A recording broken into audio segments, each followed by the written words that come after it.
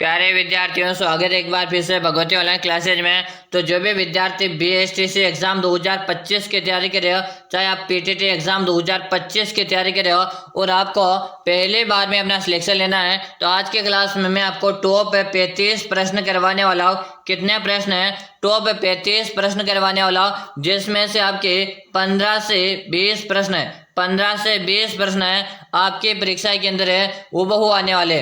तो आज के क्लास को आप पूरी के पूरे अटेम्प्ट कीजिएगा, एक भी प्रश्न नहीं छोड़ना। यही प्रश्न आपके परीक्षा के अंदर है कॉपी होने वाले भाई, ठीक है ना।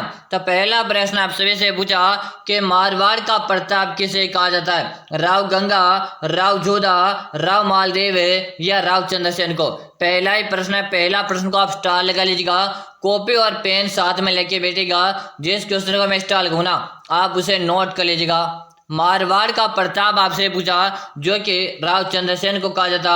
ऑप्शन नंबर आपका डी बताने वाले विद्यार्थी का सभी का सही है। अगर आपने डी बताया तो आप सभी का सही रहा।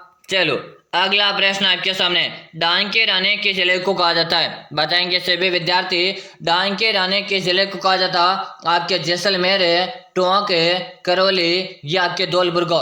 जिन विद्यार्थियों ने क्लास को लाइक नहीं किया एक बार लाइक कर दीजिएगा। चैनल को आपने सब्सक्राइब किया सब्सक्राइब करिएगा और घंटे के बटन को आप प्रेस करिएगा, ताकि आगामी हर क्लास का नोटिफिकेशन है आपको मिलता रहेगा। कि डांग के रानी के नाम से गुरुजी करौली को जाना जाता है। किसे जाना जाता? डांग के रानी अगर आपसे पूछे तो करौली को कहा जाता। राजा अगर आपसे पूछे तो धौलपुर को कहा जाता। ये दोनों प्रश्न काफी अच्छे प्रश्न पूछे जाते, इसे आप याद कर लीजिएगा। अगर आपको बीएसटीसी के एग्जाम की तैयारी कर रहे हो, चाहे आप पीटीटी एग्जाम की तैयारी कर रहे हो, यह क्लास आपके लिए काफी इंपॉर्टेंट क्लास रहने वाली। चलो अगला प्रश्न आपके सामने, आना सागर झील का निर्माण है किसने करवाया था? आना सागर झील का निर्माण है किसने करवाया? पृथ्वीराज है, अर्णोराज है, राज सिंह है या आपके जय सिंह ने? चलो जल्दी जल्दी आंसर दो। आंसर देने में एक भी विद्यार्थी पीछे नहीं रहेगा।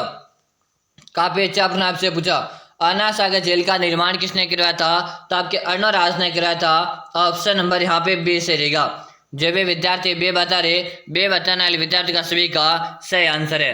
अगला प्रश्न आपसे से पूछा, 2011 की जनगणना माफी चाहूंगा 2001 की जनगणना के अनुसार राजस्थान जनसंख्या में देश में कौन सा क्रम बड़ा राज्य रहा है? बताएंगे। यानी कि 2000 यहाँ पे एक की बात की जा रही मेरे प्यारे विद्यार्थी, क्वेश्चन को आप ध्यान से समझना। 2001 की जनगणना के अनुसार राजस्थान है जनसंख्या में देश में कौन सा स्थान रखता है? छठा स्थान है, सातवां, आठवां या नवा? तो 2001 की जनगणना के अनुसार हमारा राजस्थान है आठवां स्थान रखता है। कौन सा स्थान है? आठवां स्थान रखता।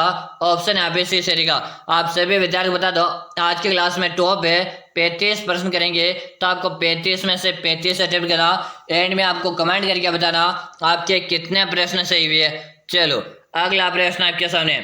अगला प्रश्न आपसे पूछा, जनगणना 2011 के अनुसार राजस्थान में जनसंख्या का घनत्व कितना? जनगणना 2011 के अनुसार राजस्थान का जनसंख्या का घनत्व कितना है? 165 प्रति वर्ग किलोमीटर है, 64 व्यक्ति प्रति वर्ग किलोमीटर है, 200 व्यक्ति प्रति वर्ग किलोमीटर है, यह आपके उपयुक्त में से कौन है?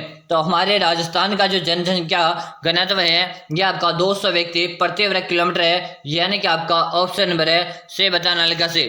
अगर आपको क्लास पसंद आ रही है तो आप क्लास को लाइक करेगा और साथ में आप चैनल को सब्सक्राइब करके घंटे का बटन को प्रेस करेगा, ताकि आगामी हर क्लास का आपको नोटिफिकेशन मिलेगा। ये क्लास अगर आप पूरी देख लीजिएगा, इस क्लास में से आपके 15 से 20 प्रश्न एग्जाम के अंदर कॉपी होने वाले। अगला प्रश्न आपसे पूछा, 2011 की जनगणना के अनुसार राज्य की महिला साक्षरता दर क्या है? 2011 की जनगणना के अनुसार राज्य की महिला साक्षरता दर कितनी है? 52.66% है, 56.66% है, 65.46% है या 82.14%? काफी अच्छा प्रश्न है, बिल्कुल से बता रहे। सबके कमेंट आ रहे क्यों जी हमें महिला साक्षरता दर पूछिए, और महिला की जो सर्वाधिक साक्षरता है आपकी रहेगी 52.66%। क्या रहेगा? 52.66% है, यानी कि आपका ऑप्शन है ए बताने वाले विद्यार्थी का सभी का सही है। अगर आपने भी ये बताया तो आप सभी विद्यार्थी सही बता रहे हो। अगला प्रश्न है कि सुवटिया लोकगीत का संबंध किसे है? सुवटिया लोकगीत का संबंध किसे है? ग्रास्य स्त्री से, सती स्त्री से, वीरांगना स्त्री से या आपके बेल स्त्री से? आप सभी विद्यार्थी जल्दी जल्दी से कमेंट करके आंसर देगा। आंसर देने में एक भी विद्यार्थी पीछे नहीं रहना चाहिए। सुवटिया लोकगीत का संबंध आपसे पूछा, बिल्कुल से बता रहे, सबके कमेंट आ रहे, कमेंट में सभी के पढ़ पा रहा हूँ, बिल्कुल से बता रहे कि भील स्त्री के द्वारा सुवटिया लोकगीत का संबंध रहेगा। ऑप्शन हमारा डी को यहाँ पे लॉक कर दो। जब भी विद्यार्थी यहाँ पर डी बता रहे, सही बता रहे। आज की क्लास में 35 प्रश्न मैं आपको करूंगा, 35 में से 35 आपको अटेम्प्ट करना। एंड में आपका स्कोर कितना रहता ये आपको कमेंट करके मुझे बताना पड़ेगा। चलो अगला प्रश्न है। अगला प्रश्न पूछा कि भीलों का प्रसिद्ध लोकगीत है जिसे स्त्री और पुरुष साथ मिलकर गाते, कि भीलों का प्रसिद्ध लोकगीत है जिसे स्त्री और पुरुष साथ मिलकर गाते, उसे क्या कहते हैं? सुवलिया, जोरावा, सुपना या हमसिडो। जले जले आंसर दो। काफी अच्छा प्रश्न पूछा। अगर आपको बीएसटीसी एग्जाम की तैयारी कर रहे हो, चाहे पीटीटी एग्जाम की तैयारी कर रहे हो, यह क्लास आपके लिए ब्रह्मास्त्र क्लास साबित होने वाली है। तो आप पूरे क्लास को यहाँ पे अटेम्प्ट कीजिएगा। बिल्कुल से बता रहे हम सीडो, क्या रहेगा? हम सीडो। ऑप्शन आपका डी बताना विद्यार्थी का सभी का सही है। अगर आपने डी बताया आपका सही रहा। अगला प्रश्न आपके सामने रहेगा, प्रश्न को आपको ध्यान से पढ़ना। प्रश्न आपसे पूछा कि लोक नृत्य एवं उनके प्रचलन क्षेत्र के संबंध वर निम्नलिखित कौन सा युग में सही सुमेलित नहीं। यानी कि आपको एक तरफ तो लोक नृत्य दल का, एक तरफ है जो लोक नृत्य दल का उसके द्वारा किया जाता, कहाँ पे किया जाता, वो आपको स्थान दे का। तो आपको कौन सा सही नहीं यही आपको बताना है कि गिदर नृत्य शेखावाटी या शेखावाटी बिल्कुल सही है। ढोल नृत्य का संबंध जालोर से, ये भी बिल्कुल सही है। बम नरसिया नृत्य का संबंध गुरुजी बीकानेर से नहीं रहेगा। बम नरसिया जो नृत्य है ये हमारे अलवर और भरतपुर में किया जाता है। कहाँ भी किया जाता? अलवर भरतपुर में किया जाता। तो बीकानेर हमारा गलत हो गया और हमें गलत युग की पहचान करने थे, तो हमारा ऑप्शन यहाँ पे सी राइट रहेगा, जो कि हमारे भरतपुर में किया जाता है। कहाँ पे किया जाता? भरतपुर में किया जाता है। अगला प्रश्न देखो। अगला प्रश्न आपके सामने कि चार बेत जो राजस्थान के प्रचलित लोक कला गायन शैली है, चार बेत जो राजस्थान के प्रचलित लोक कला गायन शैली है कहाँ की प्रसिद्ध है? बताएंगे मेरे प्यारे विद्यार्थियों। जैसलमेर है, टोंक है, बांसवाड़ा, आपके गंगानगर है। जल्दी जल्दी सभी विद्यार्थी यहाँ पर आंसर देंगे। आंसर देने में एक भी विद्यार्थी पीछे नहीं रहेगा। और आज का यह प्रश्न आप सभी विद्यार्थी के लिए होमवर्क देने वाला, क्या देने वाला? होमवर्क देने वाला, ताकि मुझे भी तो पता चले आपकी तैयारी किस प्रकार की। वादा करता हूँ रेगुलर अगर मेरे साथ आप क्लासेस ज्वाइन करते रहोगे तो आपका चाहे बीएसटीसी का एग्जाम हो चाहे पीटीटी का एग्जाम हो, पहले बार में आपका सिलेक्शन होगा। क्या ये क्लास कब आती है? तो क्लास का सभी विद्यार्थी टाइम नोट कर लेना। सुबह को हमारी क्लास आती है। कब आती है? सुबह को 7 बजे। कब आती है? सुबह को 7 बजे हमारी क्लास आती है। तो आप सभी विद्यार्थी कॉपी में नोट कर लेना और सुबह को 7 बजे उठ कर अपनी क्लास ज्वाइन कर लेना। अगला प्रश्न देखो। अगला प्रश्न आपके सामने रहेगा कि नागौर में किस सूफी संत के मजार है? नागौर में किस सूफी संत के मजार है? Option A, option B, option C या ऑप्शन डी। एक बार आप सभी विद्यार्थी क्लास को लाइक करो भाई, लाइक की संख्या काफी कम है। इतने सारे विद्यार्थी लाइव सेशन में जुड़े हुए हैं लेकिन आपने लाइक नहीं किया, मजा नहीं आ रहा भाई। एक बार लाइक करो, बिल्कुल से बता दिया। चलो हाँ, ऑप्शन आपका ए से रह जाएगा। क्या रह जाएगा? ऑप्शन नंबर आपका ए बताना विद्यार्थी का सभी का सही। अगर आप भी बता रहे हो आपने सही कमेंट किया। दोस्तों मैं आपको रोजाना क्लास करवा रहा हूँ बीएसटी और पीटीटी के, तो आप सभी विद्यार्थी रोजाना हमारी क्लास को ज्वाइन करेंगे। चलो अगला प्रश्न आपके सामने। प्रश्न काफी अच्छा है। प्रश्न आपको पढ़ना है कि गांव गांव के जरिए गांव गांव गोगो कहावत जिस संत का संबोधन है वह किस जिले में जन्मे थे? बताएंगे सभी विद्यार्थी कि गांव गांव के जरिए गांव गांव गोगो यानी कि कहावत है किस संत से संबंधित है? आपके गोगा जी से संबंधित है। कहाँ से संबंधित है? गोगा जी से संबंधित है। लेकिन गोगा जी का जो जन्म हुआ था ये आपके किस जिले में हुआ यही आपको बताना है। तो बताएंगे अजमेर है, जैसलमेर है, चूरू में या आपके नागौर में। तो गोगा जी का जन्म तो गुरुजी चूरू में हुआ था। कहाँ भी हुआ था? चूरू जिले में हुआ था। आपका ऑप्शन नंबर यहाँ पे से बता रहे ना, से बताने वाले विद्यार्थी का सभी का सही, बिल्कुल सही कमेंट कर दिया। चलो अगला प्रश्न आपके सामने। अगला प्रश्न आपके सामने क्या आमेर में शिला देवी का मंदिर है किसने बनवाया था? आमेर में शिला देवी का मंदिर है किसने बनवाया था? मानसिंह के द्वारा, भारमल के द्वारा, जयसिंह के द्वारा या मिर्जा राजा जयसिंह के द्वारा? दोस्तों क्लास काफी इंपॉर्टेंट चल रही है। आज मैं श्रृंखला लेकर आया 35 प्रश्नों की। ये आपको पूरा अटेम्प्ट करना, एक भी प्रश्न आपको स्किप नहीं करना। अगर आप एक भी प्रश्न को स्किप कर देते हो तो फिर आपका सिलेक्शन नहीं हो सकता। चलो, आमेर में शिला देवी का मंदिर का निर्माण किया था मान सिंह के द्वारा। किसके द्वारा? मान सिंह के द्वारा। ऑप्शन आपका ए बताना विद्यार्थी का सभी का सही है। चलो, अगला प्रश्न है कि नौहर तहसील हनुमानगढ़ में कौन सा प्रसिद्ध मेला लगता है? नौहर तहसील हनुमानगढ़ में कौन सा प्रसिद्ध मेला लगता है? बाण गंगा का मेला, चार भुजा का मेला, गोगा जी का मेला या आपका शीतला माता का मेला? तो आप सभी विद्यार्थी आंसर दो। काफी अच्छा प्रश्न आपसे पूछा। याद रहे, क्लास में आपको 35 में से 35 प्रश्न अटेम्प्ट करना, एक भी प्रश्न आपको स्किप नहीं करना है। तो यहाँ पे आ रहा गोगा जी का मेला। किसका मेला? गोगा जी का मेला लगता है। ऑप्शन आपका सही बता रहे हो ना? सही बता रहे हो। सही बताने वाले विद्यार्थी का सभी का सही आंसर रहे। अगला प्रश्न देखेंगे। प्रश्न है राजस्थान में कहाँ पर प्रसिद्ध है मीनाकारी गहने बनाए जाते हैं? राजस्थान में कहाँ पर प्रसिद्ध मीनाकारी गहने बनाए जाते हैं? आपके जयपुर है, उदयपुर है, जोधपुर है या आपके अजमेर में? चलो भाई जल्दी जल्दी आंसर दो। क्लास पूरे की पूरी आपको अटेम्प्ट कर लेना। यहाँ पे सबका आंसर आ जयपुर जयपुर जयपुर। बिल्कुल सही बता रहे हो, जयपुर बता रहे हो ना? जयपुर बता रहे, जयपुर बताने वाले विद्यार्थी का सबका सही है। अगर आपने जयपुर बताया तो सही कमेंट करें। ऑप्शन आपका ए बताने वाले विद्यार्थी का सभी का राइट आंसर है। अगला प्रश्न दोस्तों, आपने अभी तक भी चैनल को सब्सक्राइब नहीं किया है तो सबसे पहला काम आप करेगा चैनल को सब्सक्राइब करेगा, ताकि आगामी हर क्लास का नोटिफिकेशन है सबसे पहले आपके पास आ जाएगा और आप उस क्लास को देख सकते हो। चलो, प्रश्न अगला है राजस्थान के बांसवाड़ा जिले में मानगढ़ को क्यों जाना जाता है? आदिवासियों का अंग्रेजों का द्वारा बने प्रसिद्ध पुरातात्विक किला है, पौराणिक त्रिपुरा सुंदरी का मंदिर है, प्रथम आदिवासी राजा का अभिषेक स्थल है। तो आप सभी विद्यार्थियों को पता होना चाहिए कि मानगढ़ धाम आपके किसके लिए प्रसिद्ध है? तो वहां पर आदिवासियों का अंग्रेजों के द्वारा दमन किया गया, यानी कि आपका ऑप्शन बिल्कुल ए से रहेगा। अगर आप भी ये बता रहे हो तो आप सभी विद्यार्थियों ने ए बच्चन आलू का सबका सही बिल्कुल सही कमेंट करे हो। आपकी तैयारी शानदार चल रही है। चलो, अगला प्रश्न है किस किले को तारागढ़ के नाम से जाना जाता है? किस किले को तारागढ़ किले के नाम से जाना जाता है? जैसलमेर का किला, जालोर का किला, सिवाना का किला या आपका बूंदी का किला? बताओ।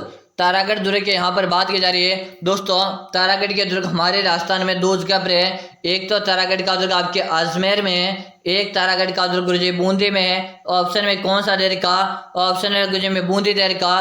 तो बिल्कुल आपका बूंदी यहाँ पे राइट आंसर जाएगा। इसे बूंदी को राजस्थान के छोटे गांव से, राजस्थान के बावड़ियों का शेर के नाम से इसे जाना जाता है। अगला प्रश्न आपके सामने, त्रिपुरा सुंदरी का मंदिर किस जिले में स्थित है? त्रिपुरा सुंदरी का मंदिर है किस जिले में है? बांसवाड़ा, जयपुर है, उदयपुर है या आपके राजसमंद में?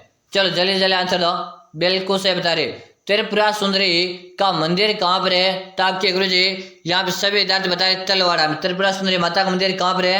तलवाड़ा में। और तलवाड़ा कहाँ पर है? तलवाड़ा आपके बांसवाड़ा में। इसे बांसवाड़ा का राजस्थान का 100 द्वीपों का शहर कहते हैं। क्या कहते हैं? इसे बांसवाड़ा को राजस्थान का 100 द्वीपों के शहर के नाम से इसे जाना जाता। आप सभी विद्यार्थियों को मैं बता दूं, अगर आप बीएसटीसी एग्जाम की तैयारी कर रहे हो, चाहे आप पीटीटी एग्जाम 2025 की तैयारी कर रहे हो, ये क्लास तो आपको पूरी में से पूरी देखना है, एक भी प्रश्न नहीं छोड़ना। मैं आपको यहाँ पर नियमित रूप से परीक्षा तक तैयारी कराऊंगा। अगर आप नियमित रूप से मेरे साथ परीक्षा तक क्लासेस ज्वाइन करते रहे तो आपका सिलेक्शन है पक्का है। चलो, अगला प्रश्न आपके सामने कि जयपुर में स्थित है गेटोर के क्षत्रिय किस वंश के राज परिवार से संबंधित है? जयपुर में स्थित गेटोर के क्षत्रिय किस वंश के राज परिवार से संबंधित है? हाड़ा राजवंश है, सिसोदिया राजवंश है, परमार है या आपके कछुआ? काफी अच्छा प्रश्न है और बिल्कुल सही कमेंट कर रहे हो। कछुआ बता रहे हो। क्या बता रहे हो? कछुआ बता रहे हो। ऑप्शन आपका डे बताने वाले विद्यार्थी का सभी का सही रहा। अगला प्रश्न देखो। अगला प्रश्न है बीते चित्रों को चिरकाल तक जीवित रखने के लिए एक आलेखन पद्धति है जिसे कहते हैं। एक बार फिर पढ़ेंगे। बीते चित्रों को चिरकाल तक जीवित रखने के लिए एक आलेखन पद्धति है जिसे किस नाम से जानते हैं? उसे फड़ कहते हैं, साझी चित्रण कहते हैं, मांडना कहते हैं या आरआईएस कहते हैं? तो गुरुजी उसे तो आरआईएस के नाम से जानते हैं। ऑप्शन नंबर आपका डे बताना विद्यार्थी का सही है। अगर आप डे बता रहे हो तो आप सभी ने सही बताया।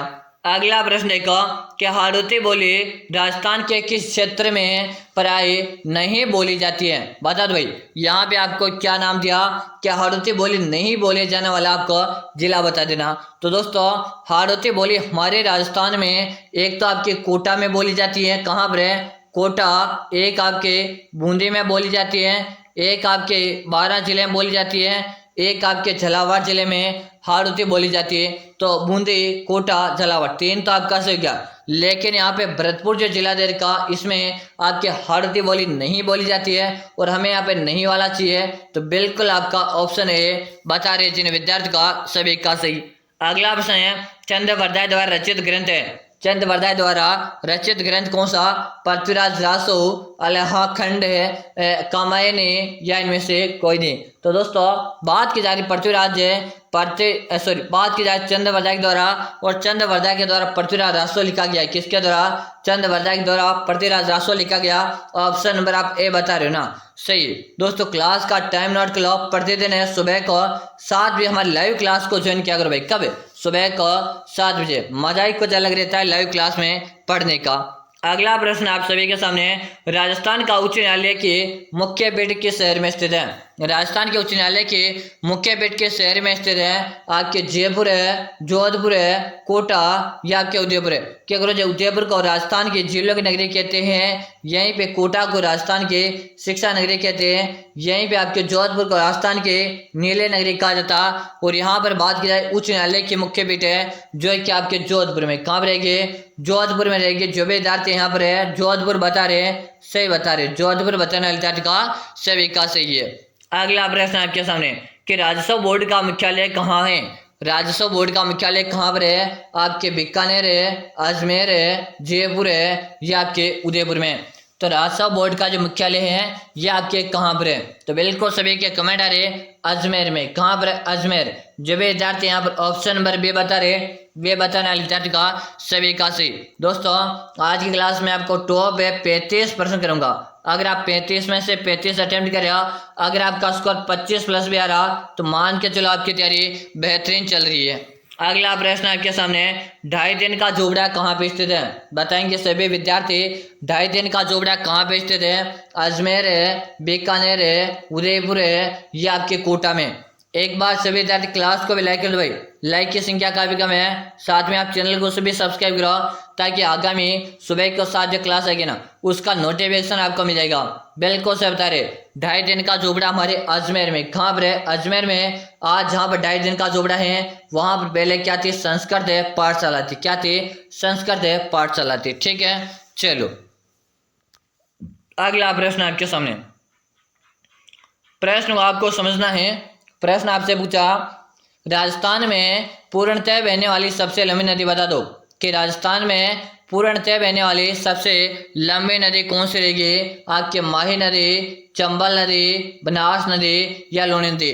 कह रहे राजस्थान की सबसे लंबी नदी, तो राजस्थान की सबसे लंबी नदी रहेगी आपके चंबल। लेकिन राजस्थान में पूर्णतः बहने वाली नदी, तो राजस्थान में पूर्णतः बहने वाली नदी आपकी रहेगी बनास है, जिसका उद्गम भी राजस्थान से हो और जिसका अंत भी राजस्थान में हो, ऐसी नदी हमारी है बनास। तो बिल्कुल आपका यहाँ पर रहेगा बनास। बनास बता रहे हो ना, सही है, बनास बता रहे हो आप सभी का सही है। अगला प्रश्न देखिएगा। प्रश्न आपसे पूछा कि राजस्थान में दर्रा अभ्यारण्य कहाँ स्थित है? राजस्थान में दर्रा अभ्यारण्य कहाँ पे स्थित है? आपके प्रतापगढ़, बूंदी, करौली या आपके कोटा? तो राजस्थान में दर्रा अभ्यारण्य की बात की जा रही है जो कि आपके कोटा में। कहाँ पर रहेगा? कोटा। जो भी विद्यार्थी यहाँ पर कोटा बता रहे सबका सही है। चलो अगला प्रश्न है कि भैंस की नस्ल है। भैंस की एक प्रकार की नस्ल है सोनारी, मुर्रा, नाचना या थारपारकर। बता दो भाई, काफी अच्छा प्रश्न है। भैंस की जो नस्ल है इसमें रहेगा आपका मुर्रा। कौन सी? मुर्रा जो नस्ल है यह आपके भैंस की नस्ल है। किसकी नस्ल है? भैंस की नस्ल है। अगला प्रश्न है कि सहकारी तंत्र में संचालित शक्कर का कारखाना स्थित है। सहकारी तंत्र में संचालित है शक्कर का कारखाना स्थित है। बात होगा श्री गंगानगर है, भोपाल सागर है, लाखेरी या आपके केशोराय पाटन है। तो यहाँ पर रहेगा केशोराय पाटन है और केशोराय पाटन आपके रहेगा बूंदी में। कहाँ पर है? केशोराय पाटन अगर आपसे पूछे कहाँ पे, तो यहाँ रहेगा आपके बूंदी में। अगला प्रश्न है कोटा और बूंदी क्षेत्र में राजस्थान कहलाता। कोटा और बूंदी क्षेत्र राजस्थान में कहलाता है वागड़, हाड़ौती, मेवाड़ या मारवाड़। इससे पहले मैं आप सभी विद्यार्थियों को बता दूं, अगर आप भी बीएसटीसी एग्जाम 2025 की तैयारी कर रहे हो, चाहे आप भी पीटीटी एग्जाम 2025 की तैयारी कर रहे हो, आपको पहले बार में बीएसटीसी या पीटीटी में से किसी भी एक एग्जाम में आपका सपना है कि मुझे पहले बार में बीएसटीसी का एग्जाम निकालना, चाहे पहली बार में आपको पीटीटी का एग्जाम निकालना, तब सभी विद्यार्थियों के लिए मैंने एक 5000 प्रश्नों की बुक तैयार कर दी। कितने प्रश्नों के? एक 5000 प्रश्नों की बुक तैयार कर दी। अगर आपको पहले बार में सिलेक्शन चाहिए तो आप ये 5000 प्रश्नों की बुक एक बार पढ़कर एग्जाम देने चले जाएगा। सिलेक्शन की मैं आपसे 100% गारंटी लेता हूँ। अगर आप ये 5000 प्रश्नों की बुक पढ़कर चले गए ना, आपके सिलेक्शन की मेरी गारंटी है, आपका सिलेक्शन पक्का है, ठीक है ना। तो जिन विद्यार्थियों को पहले बार में सिलेक्शन लेना है, क्या है, जिन विद्यार्थियों को पहले बार में सिलेक्शन लेना है, जिन विद्यार्थियों को पहले बार में सिलेक्शन लेना है, वो विद्यार्थी ये 5000 प्रश्नों की बुक एक बार जरूर से पढ़कर एग्जाम देने चले जाएगा। कह रहे जी ये 5000 प्रश्नों की बुक हमें मिलेगी कहाँ पर है? तो ये ई बुक मिलेगी आपको, इसका चार्ज लगेगा मात्र और मात्र 99 का आपको इसका चार्ज लगेगा। और ये मिलेगी कहाँ पर है?